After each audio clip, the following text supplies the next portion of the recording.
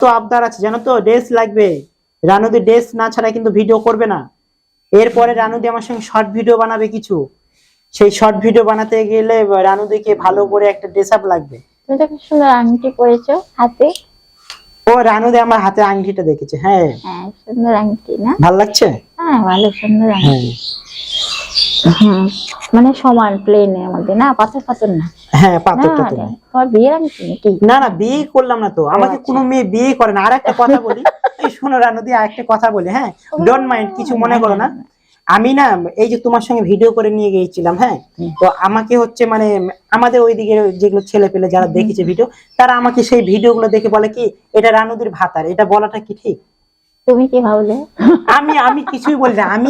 আমাকে যারা যারা বলেছিল রানুদির ভাতার এটা, তাদেরকে উদ্দেশ্য করে বলছি যে সেই জন্য আমি চলে এসেছি এই যে ভাতার হতে। দেখো আরো বেশি করে ভিডিও করবো।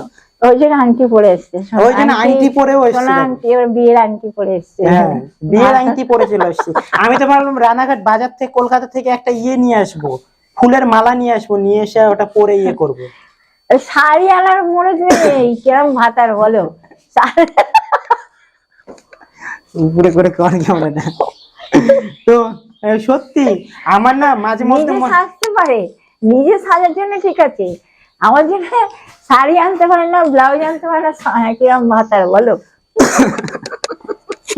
যাই হোক, মানে সত্যি আমার না এই কথাটা শোনার পরে একটু রাগ হয়েছিল যে আমি রানুদিকে দিদি বলে ডাকি, আর আমাকে বললো রানুদির ভাতার, মানে রানুদির ভাতার বানিয়ে দিল। তা আমি সেই থেকে মনে করলাম কি যে আমি এবার রানুদির বাড়িতে গিয়ে আমিও জনি সিং হয়ে যাব।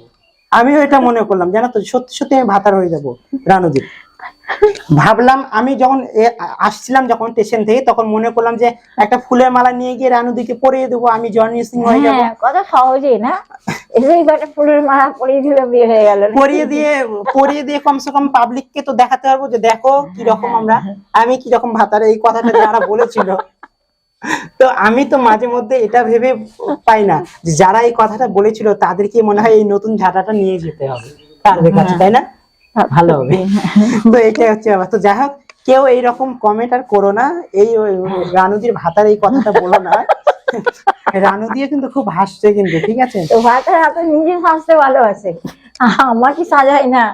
আমার শাড়ি আনি না, সালোয়ার আনি না, ড্রেস আনি না, তারপরে তোমার গিয়ে শাড়ি যদি মানে তো ব্লাউজ আনি না, সায়া আনি না, তাহলে কিরম ভাতার বলো? যারা লিখছে তোমাকে ভাতার, তো বলো ভাতারের মানে কি?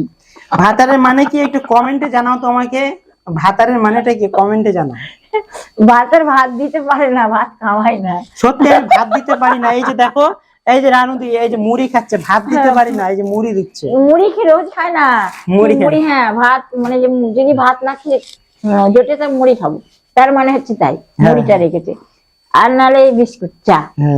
এরম হচ্ছে আমার ভাতার। ও মাই ডার্লিং দুলুর মাই ইদারিং মনটা রে হাই হাই হাই, এই গানটা শুনতে চেয়েছে। এই গানটা জানো? ও মাই ডার্লিং দুলুর মাই ইদারিং মনটা রে হাই।